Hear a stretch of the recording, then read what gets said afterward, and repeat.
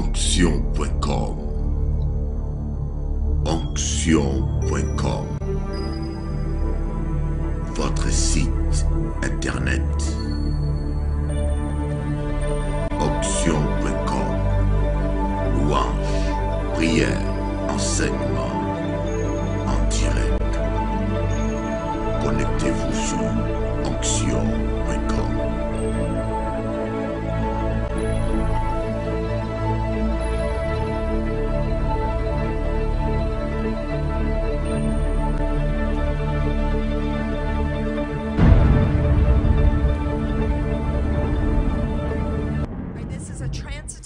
C'est un verbe transitif.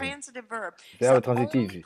Et la seule fois où vous voyez cela dans la Bible, et la seule fois, et vous savez, lorsque quelque chose est unique, et c'est la seule fois dans la parole, c'est là vraiment que nous puissions faire attention à cela. Nous allons lire ensemble la première partie. Il est tel que son arrière-pensée est son âme.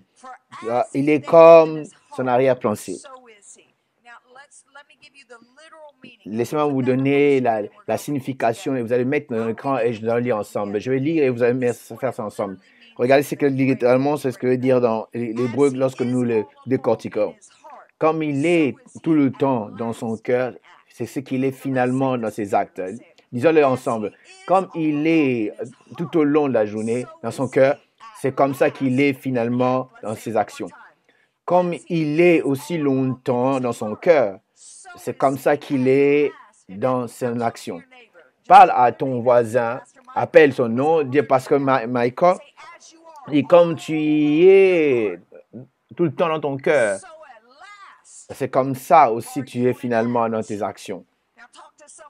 Parle à quelqu'un que tu cherches à éviter, ça fait 3 semaines maintenant, regarde derrière toi, appelle leur nom, appelle-le, dis Marvin, appelle-le. Comme tu es tout le long dans ton cœur, c'est ainsi aussi que tu es finalement dans tes actions. Bon, faisons de cela personnel maintenant.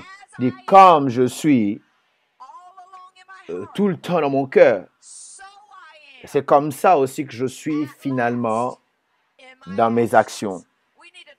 Nous devons parler à nous-mêmes aussi un peu encore plus.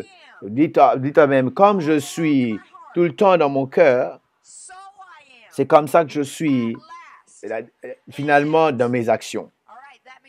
Cela veut dire, si tu veux changer ta façon de vivre, tu dois changer ta façon de penser. Tourne à quelqu'un, vers quelqu'un, dis, je change mes pensées à ton sujet maintenant. Et vous pouvez vous asseoir. Parce que ça dit réellement, souvent à l'église, nous traitons avec les symptômes, avec les actions, les comportements de quelque chose. Mais la parole clairement nous dit, comme nous sommes dans notre pensée, l'hébreu dit, c'est la manière dont nous sentons une pensée, quelque chose, la manière dont nous voyons des choses. C'est ce que nous entraînons notre esprit et notre âme. Et nos actions ne sont rien d'autre que les résultats de ce qui est dans nos cœurs. Ce qui est dans nos cœurs, et c'est ce qui va ultimement sortir de ma vie. Lorsque j'ai envie d'ajuster ma vie, si je vais sortir de la dépression, si je veux sortir de la pauvreté, si je veux sortir de l'amertume, personne ne peut faire que tu deviennes quelque chose dans la vie. Personne ne peut te faire devenir quelque chose de l'amertume. Personne. C'est en fait le choix, le libre choix. Quand tu as ajusté ton cœur, disons-le encore, comme je suis dans mon cœur, c'est comme ça que je suis finalement dans mes actions. Mes actions, dis-le encore, mes actions ont les résultats de mes pensées. Nous avons appris ceci, ce qui nous contrôle nos pensées. Nous avons parlé de notre âme et de l'esprit. C'est que contrôle nos pensées, contrôle notre vie. Contrôle, ça veut dire que ce qui exerce une influence dominante. Et la moyen de penser à quelque chose, la manière dont je sens, ça va diriger mes pensées. Voilà pourquoi la lutte, le combat ne se passe réellement dans la pensée, parce que la pensée est le champ de bataille. Et la qualité de la vie, de vie que j'aurai dépend de la qualité des pensées que j'ai. Voilà pourquoi si je dois changer ma façon de vivre, de penser, je peux changer ma façon de vivre. Ça semble être compliqué et complexe, mais je crois que le même moment de temps avec Dieu, avec la révélation de l'illumination, peut te remettre en cours et enfin d'amener un changement permanent. Si tu veux une vie qualitative, nous devons, nous devons avoir aussi une pensée qualitative.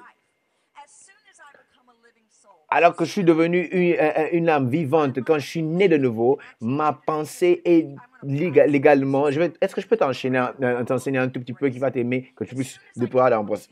Lorsque je suis né de nouveau, mes pensées peuvent être contrôlées par l'Esprit de Dieu et peut être connectées par Dieu et être contrôlées par Dieu.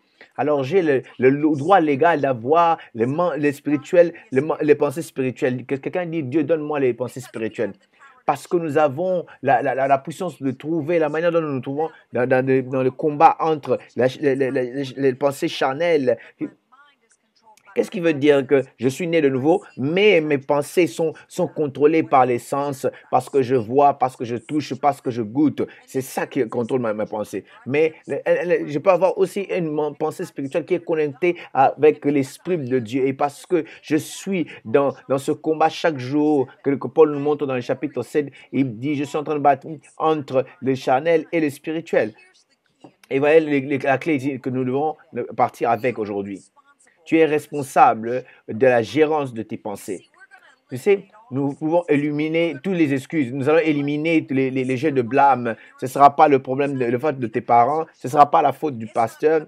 Ce ne sera pas la faute de la société. Ce ne sera pas la faute du gouvernement, du président. Ce ne sera même pas la faute de ton époux.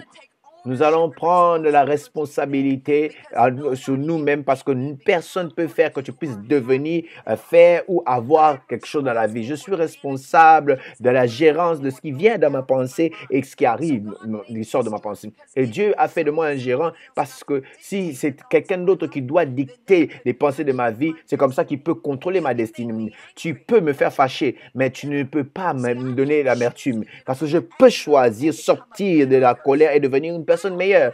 Je n'ai pas besoin de mourir dans l'amertume. Je n'ai pas besoin d'être dans la peur ou rempli de soucis et d'anxiété ou vivre dans une pensée de pauvreté. Ça sont les choses, les choix que je dois me combattre avec chaque jour. Et je vais te montrer comment est-ce que tu peux vaincre et vivre la vie victorieuse que Christ a donnée et comment est-ce que tu peux avoir la pensée spirituelle. Que quelqu'un puisse dire, Pasteur Paul, amène-le, amène-le. Je suis responsable de la gérance de mes pensées, comme Proverbe 23, 83 dit, garde ton cœur. Garde ton cœur plus que toute chose, car de lui vient la source de la vie. La parole garder ici veut dire protéger. Nous devons être les sentinelles pour protéger la porte de notre pensée. Je vous donne, n'est-ce pas, un avertissement. J'aimerais que vous ayez une image. Comment est-ce que ta vie sera dans 5 ans? Comment est-ce que ta vie sera dans 10 ans? J'aimerais que tu puisses te voir toi-même. Est-ce que tu es vieux? Est-ce que tu es dans la joie? Est-ce que tu as la restauration? Est-ce que tu as une bonne santé? Est-ce que tu es en train d'accomplir les buts? Est-ce que tu es en train d'avancer dans tout ce que Dieu a préparé pour toi? Ou tu es en train de marcher la tête ou dans l'irritance? Est-ce que tu es vraiment tenu dans notre condition que Dieu a créé pour que tu puisses être? J'aimerais que tu puisses avoir visualisé cela. Visualiser cela. Est-ce que tu peux voir ça maintenant? C'est ce qu'il dit, c'est comme l'homme pense, c'est comme ça qu'il est finalement dans ses actions. En disant, si je ne veux pas avoir les mauvaises conditions de ma pensée, je n'ai pas envie de blâmer tout le monde, mais je dois regarder derrière ce que j'ai planté comme la sémence de ma pensée qui a amené les actions que j'ai maintenant. Si je n'aime pas cela, il y a des choses que je n'aime pas qui ont été embrouillées, flambées, mais je dois tout le temps garder mes pensées comme je devrais. J'ai appris que j'aime pas, parce que j'aime pas les endroits où il y a la douleur. J'ai appris, je ne fais pas que cela soit la part de ma vie. Ce n'est pas un endroit de plaisir. Je dois garder ma pensée. Et je dois être responsable d'enlever aussi certaines choses de mes pensées. Oh, est-ce que je suis en train d'aider quelqu'un maintenant? Il y a certaines personnes, tu dois oublier à quoi ils ressemblent. Oh, je fais ma propre danse, moi. Ah non, ne me pousse pas à entrer dans tes affaires, je sais, mais regarde, tout le monde est calme. Dis, je dois changer ma façon de penser de toi. Ah, je dois changer ma façon de penser de toi.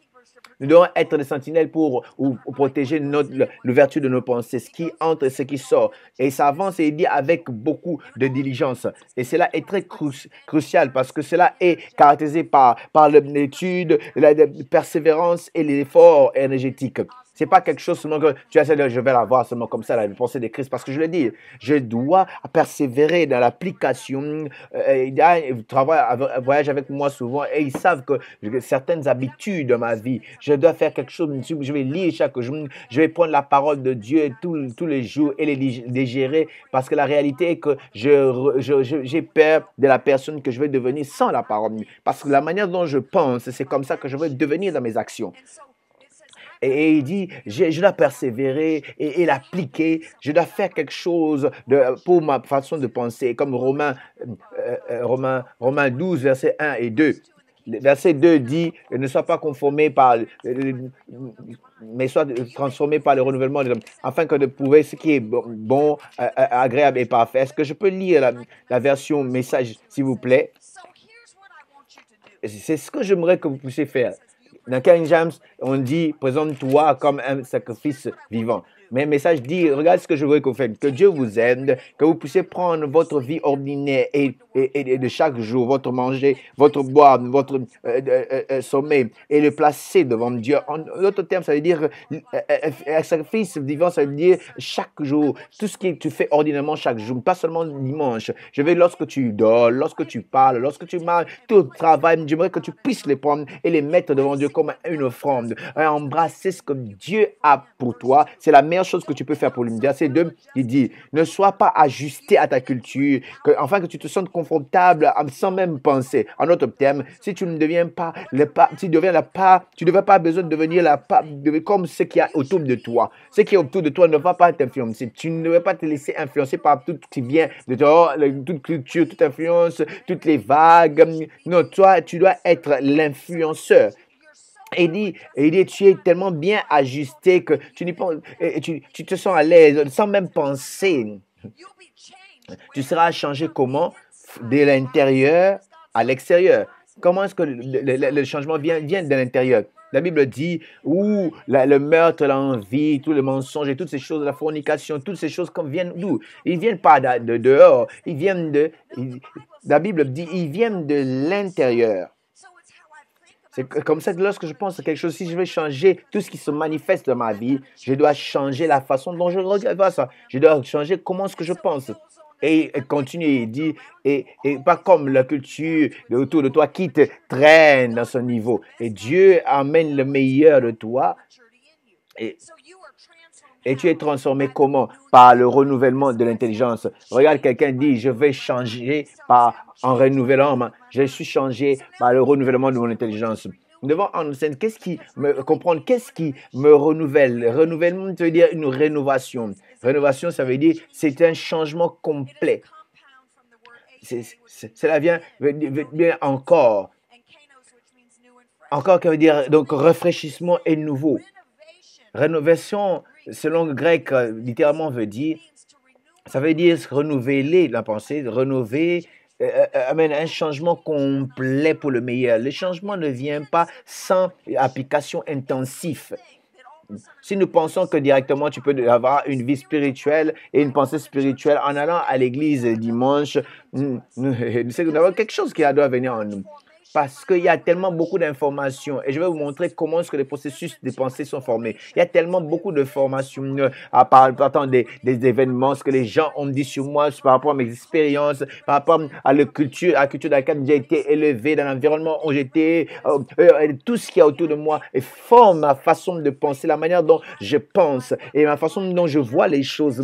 Mais quoi, mais comment? Il y a beaucoup de combats et qui n'amènent jamais le meilleur de la vie, car le meilleur de la vie vient en Christ. Parce que ce que veut dire, si je veux changer ma façon de vivre, je dois changer ma façon de penser. Cela ne veut dire que je serai un processus intense. Certains doivent briser certaines choses avant de bâtir certaines choses. Nous devons changer la façon dont nous regardons les choses, changer la façon dont nous pensons à certaines choses. Donc, renouveler veut dire restaurer dans les conditions, en réparant, restaurer dans la condition primitive, c'est réveiller, c'est ramener encore dans de bonnes conditions, rafraîchir encore.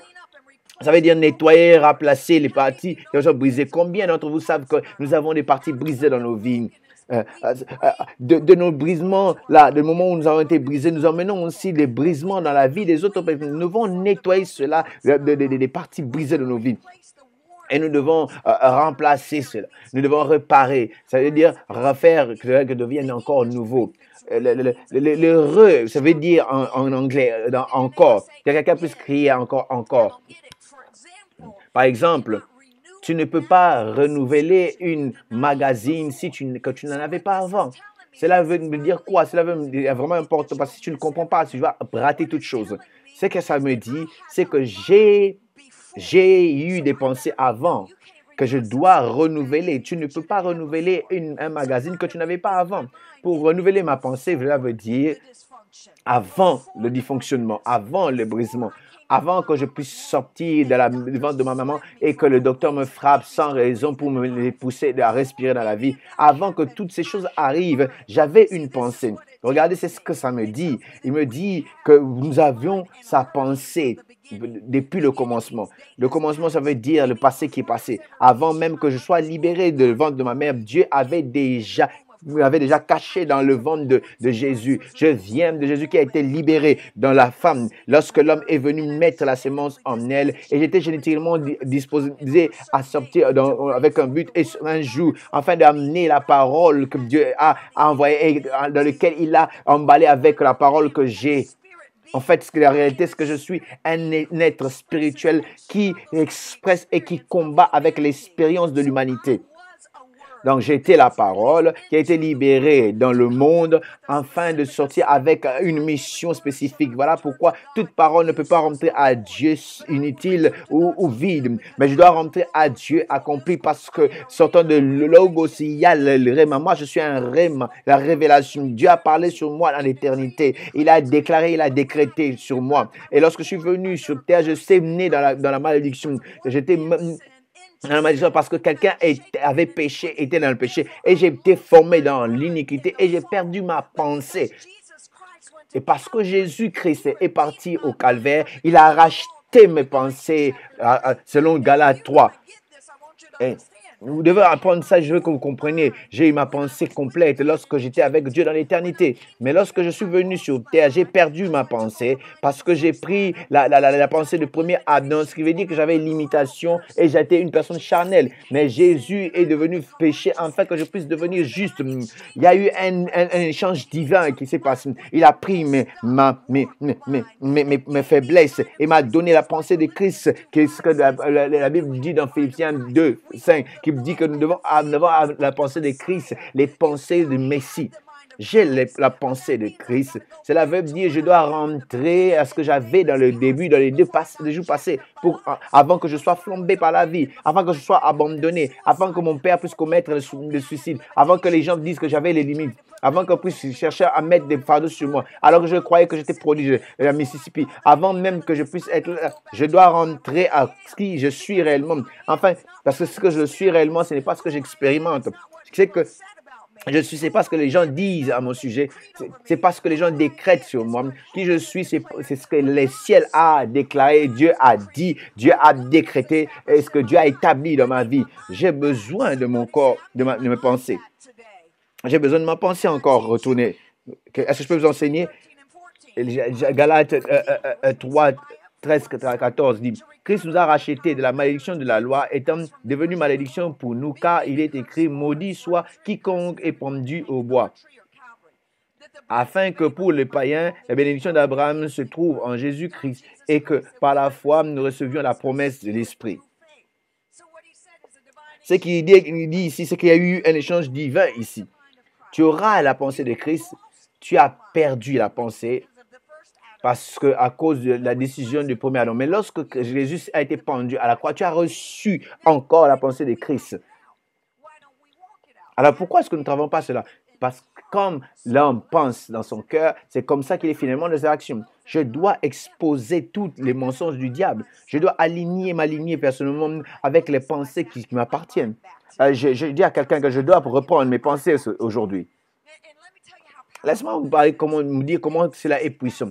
Nous avons 60 000 pensées par jour approximativement. Cela veut dire que 90% de c'est des choses qui reviennent déjà. Ça veut dire qu'il y a déjà une tendance dans notre façon de penser. Et 80 de ces choses, comme penser, sont des pensées négatives. Cela veut dire sous les icebergs que vous voyez dans la surface, ce que vous voyez, il y a encore des choses qui sont conduites par les pensées qui sont dans tous les sentiments.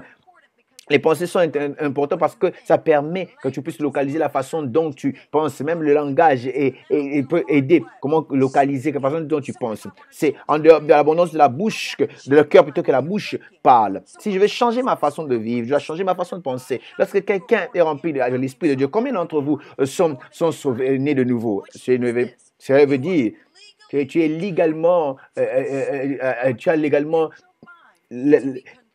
le droit d'être connecté par l'Esprit de Dieu et être connecté et dominé par l'Esprit de Dieu. L'Esprit commence à nous emmène encore le souvenir. Tout ce que Dieu a dit sur eux lorsqu'ils étaient, qui étaient avant qu'ils puissent être formés avec le corps. C'est ça le problème.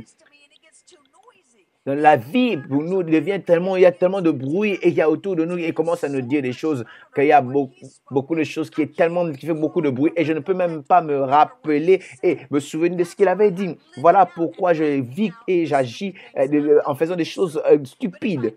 Mais si je peux seulement l'entendre avec clarté, si seulement je peux fermer les bruits et enlever les nuages et voir ce que je suis encore. Et je peux voir que je suis réellement. Et là, je peux penser bien et je vais agir bien.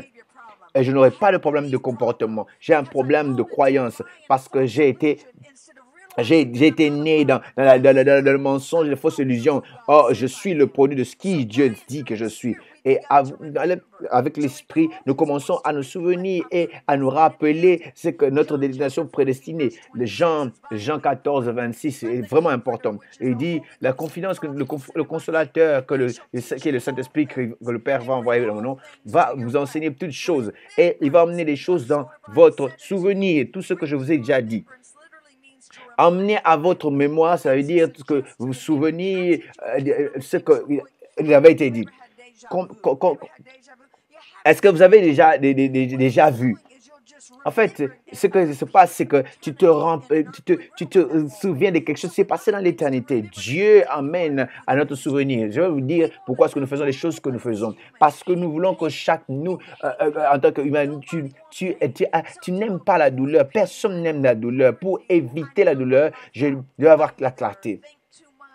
Peut-être je pense beaucoup, je bois trop, j'achète trop, je couche avec les gens trop, je travaille trop, je mange trop.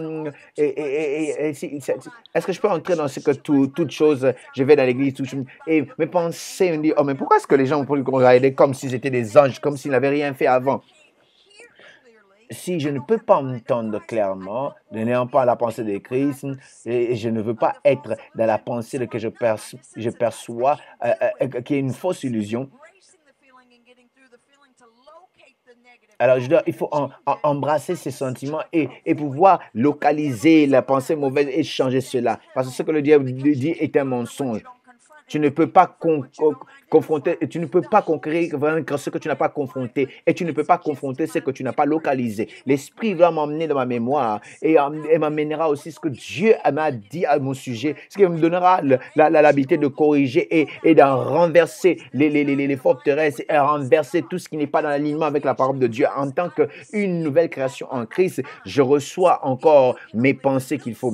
Et tu ne peux que renouveler quelque chose que tu avais avant. Et la seule façon que tu peux avancer dans le but et la destinée que Dieu a pour toi, tu dois avoir la pensée que Christ. Et tu dois renouveler ta pensée dans les choses que tu étais lorsque tu étais auprès du Père. Quand tu le fais ainsi, tu vas commencer à marcher, à parler et vivre la manière dont il a voulu que tu puisses faire. Jusqu'à ce que je puisse entendre sa voix qui crie plus que la voix des autres choses, je ne pourrai pas vivre ma destinée. Je ne peux pas vivre selon ce que les gens disent. Mais Genèse 1, 26 à 28, Dieu dit, faisons l'homme à notre image. et à notre ressemblance. Laissons-les avoir la domination. Restons là. La domination veut dire, et le premier fruit de l'évidence que nous avons été créés à l'image et à la ressemblance de Dieu. Et l'image, la domination veut dire que rien ne te contrôle, rien n'a une grande domination sur toi. Parce que l'évidence que je suis, que l'image et la ressemblance de Dieu, ça c'est un bon enseignement. Ça c'est pour ces gens qui veulent aller plus loin. Oh, donne-moi quelque chose que je vais manger lorsque je vais rentrer à la maison. Je vais vivre avec cette personne qui m'a énervé. Je vais aller dans ce travail que je ne mets même pas. Je vais traiter avec toutes ces choses que je dois traiter avec dans la vie. Que je puisse fonctionner selon l'image et la ressemblance de qui je suis réellement. Image veut dire le caractère. Cela veut dire que qui Dieu est. Laissez-moi vous montrer ce que ça veut dire. Ça veut dire l'image, c'est l'identité. L'identité est le caractère central de tout ce que nous allons dans la vie. Lorsque tu as un caractère et une nature, comme tu es dans tous les temps, c'est comme un enfant de Dieu, à l'image de Dieu. Je n'ai pas besoin de lutter pour aimer. C'est difficile pour moi de ne pas aimer parce que Dieu est amour. Ce qui est difficile, c'est haïr. C'est difficile de haïr. Je dois travailler. Je dois travailler en cela. Parce que dans l'image de Dieu, oh, tu as la ressemblance et la nature de son caractère. Tu sais que le caractère de Dieu, c'est quoi? Le caractère de Dieu est que la colère dure un instant, mais sa miséricorde va de génération en génération. Tu dois penser que Dieu est amour. Et tu prends le caractère de qui est Dieu est. Tu crois que Dieu reste là avec un problème de caractère et le problème d'identité? Ne sachant pas où il était, de tout ce qu'il est partout, dans toutes les circonstances. Dieu n'a pas peur à cause des économies. Dieu ne prend pas de médicaments pour les nerfs parce qu'à cause des circonstances, Dieu est le même aujourd'hui, demain et à jamais. Mais le problème, ça c'est la pensée qui doit être en nous. Maintenant, j'ai l'image de Dieu. Ça veut dire que j'ai le caractère de Dieu. Et je suis aussi fait dans l'image.